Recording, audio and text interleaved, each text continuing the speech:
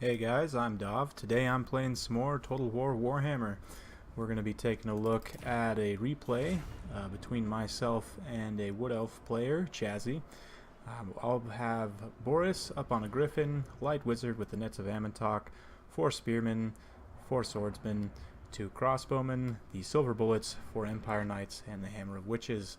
My opponent has a Glady on a Great Eagle, Branch Wraith with the Penumbral Pendulum and Earthblood, 1 unit of Dryads, 4 Eternal Guards with shields, 4 Glade Guards with Starfire shafts, 2 Wild Riders, and 2 Great Eagles. Do these Wild Riders have shields? Yes, they do. Okay. Yeah, so we're going to get started here. The Hammer of Witches is a pretty good siege piece. In general, bringing artillery against the Wood Elves is pretty good. It's going to force them to come to you because they don't have any artillery options. So even though they do have great skirmishers, they're probably one of the best skirmish factions in the game for sure. They do not have any artillery, so definitely want to bring artillery against them. The Hammer of Witches does magic damage, and cannons in general are really good. Generally, if you have an open line of sight. Some maps are not great for gunpowder.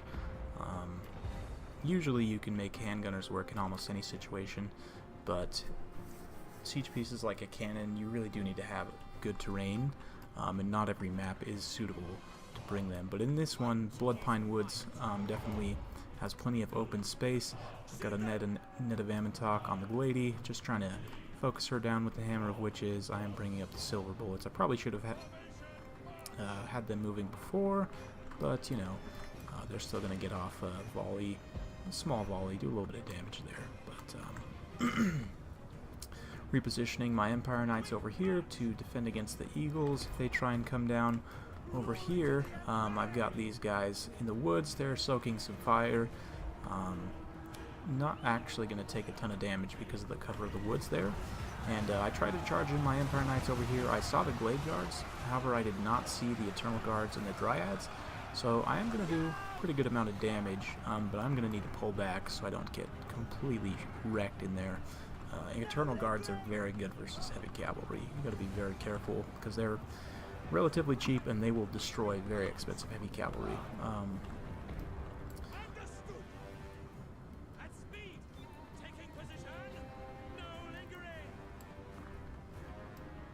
As you can see, just you know, some repositioning going on. I'm realigning my forces to kind of face towards my opponent. He's advancing through the woods, you know, as elves, Wood Elves are wont to do. Just kind of keeping his distance, letting his Starfire shafts empty out some of their ammo. They're getting some hits on the Empire Knights, which is pretty good. I mean, that's an okay target, but these Spearmen are probably not a worthwhile target.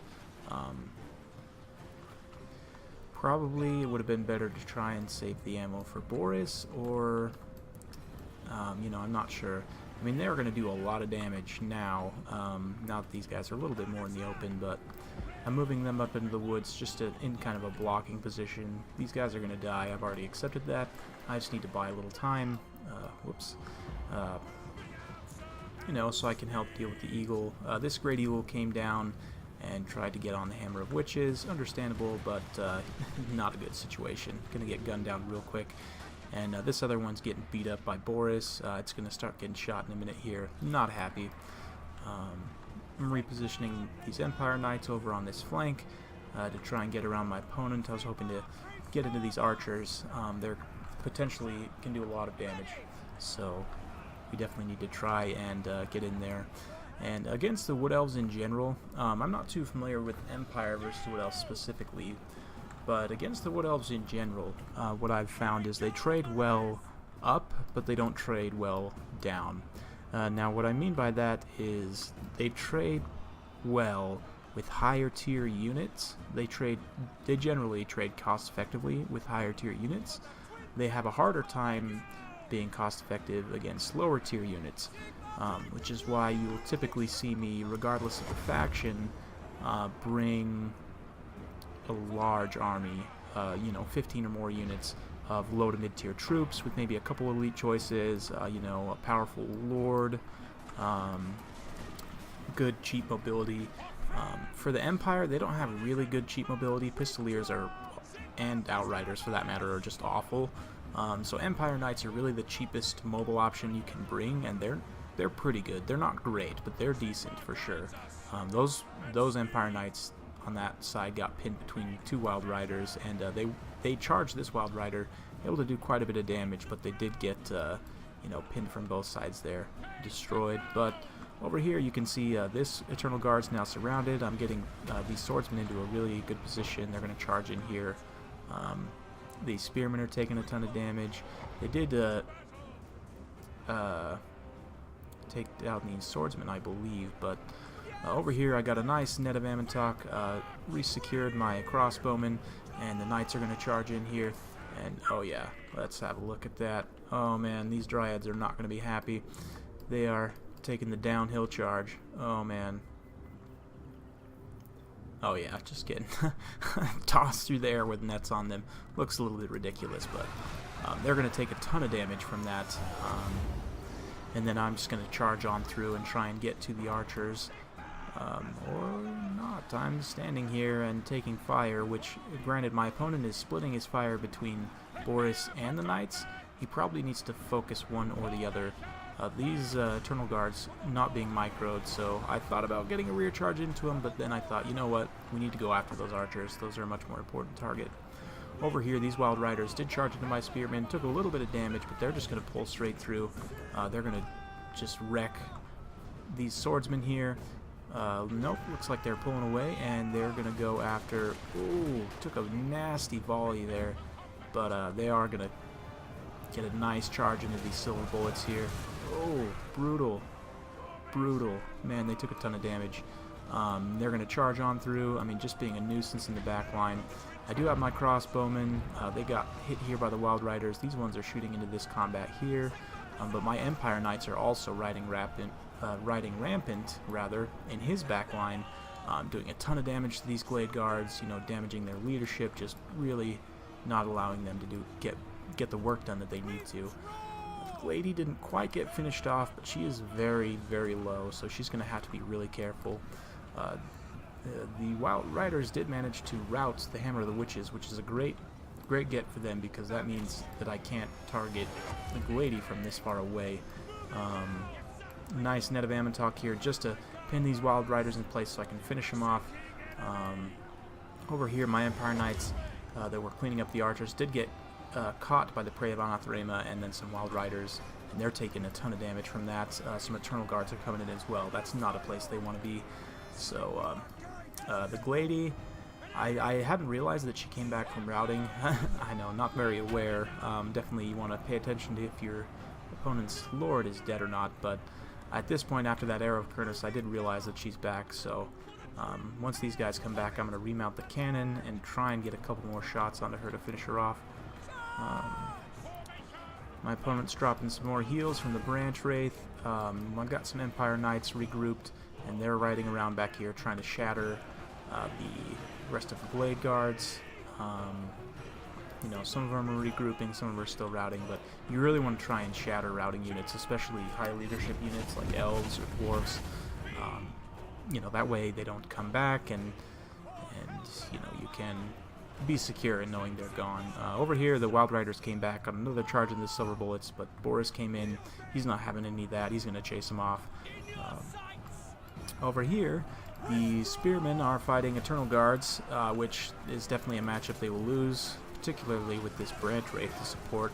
It's a pretty pitched fight here, but mostly these Spearmen are there to just block the enemy and allow my skirmishers to get the work done, because that's where the rest of my killing power lies. I mean, my infantry line at this point is pretty much non-existent, and I do have a few Empire Knights back here, but they're getting caught by Wild Riders and shot by the Starfires, so they're not having a good time. But over here, this Glady came forward.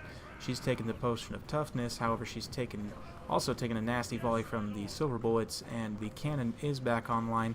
These 2 Eternal Guards here are pretty much the only infantry that my opponent has left, and they are charging around here trying to get into the crossbowmen. The Branch Wraith is charging forward. He's going to get into the silver bullets and rout them. I believe he causes fear. Yes, he does. Nice. But now you can see with the hammer of witches online, they're going to take some decisive shots and not quite finish off this Glady, but shatter her morale at the very least. Over here I managed to net these Eternal Guards. I'm going to get my Light Wizard out of there. And then these guys were out of ammo, so I figured, oh, we'll just charge in, block a little bit more, and just allow these guys to continue shooting. Some of those crossbow bolts actually hitting that big pile of rocks, but you know, no big deal. The Branch Wraith is going to come in here and get the Hammer of Witches and rout them off once more. So they're not able to quite finish off the Glady, but she is shattered, so there's that. These Empire Knights are regrouped. We're going to get them into the Glade Guards there. Bring in my regrouped infantry back to kind of form a line right here. And we're going to try and bring this into the late game now. These crossbowmen, definitely terrible in melee. Just here really to die since they used all their ammo. Excuse me. And this Great Eagle came back, but Boris is going to come down and smack the Branch Wraith around, and the Terror will apply to the Great Eagle, I believe, because he's close by. But yeah, you can see Boris just absolutely trashing that Branch Wraith, and then they're going to get a nice volley, and that should be enough to bring the Great Eagle within Terror routing range, and at that point, that's going to be mostly all she wrote. The Light Wizard actually got an attack that shattered the Great Eagle, so that was really nice, and this Branch Wraith is just not going to be able to do anything. So at this point, that's pretty much all she wrote. The Elves are now realizing that they have no way to win. They're going to flee the field through the forest from whence they came. And yeah, great battle. I'm not, again, like I said, I'm not too familiar with this matchup, but I feel like this is a pretty decent build, just because there's so much. And again, this goes back to what I was saying about the Wood Elves trading well up, but not well down. You know, you want to try and bring a really large army of low-tier troops. Like, you know, for the Greenskins, Night Goblins are a good pick. You know, Marauders for Chaos, so on. You can see a couple of them got shreked by the Starfires and didn't do anything. But these two actually did, you know, pretty decently. That's a reasonable number of kills considering they're fighting Eternal Guard, which are more expensive, and they do have armor piercing, which is, you know, not super pertinent, but when you have two units who have roughly equivocal armor of 30, the armor piercing will be important. Crossbowmen, I like these guys against the Wood Elves. You know, if you can keep them safe from your enemy skirmishers, you know, they can do quite a bit of work. Silver bullets with the magic bullets, definitely a good pick in this matchup. For Empire Knights, you know, I'm not super sold on Empire Knights. They did do quite a bit of work in this game in terms of cleaning up the Glade Guards and not allowing them to be super cost effective, but they lost pretty hard to those Wild Riders. That was not really a cost effective trade for them, so I'm not sure about them. The Great Eagles didn't really do anything. I pretty much would never pick these for any reason. I've never seen them really be super effective in multiplayer, not really in campaign either.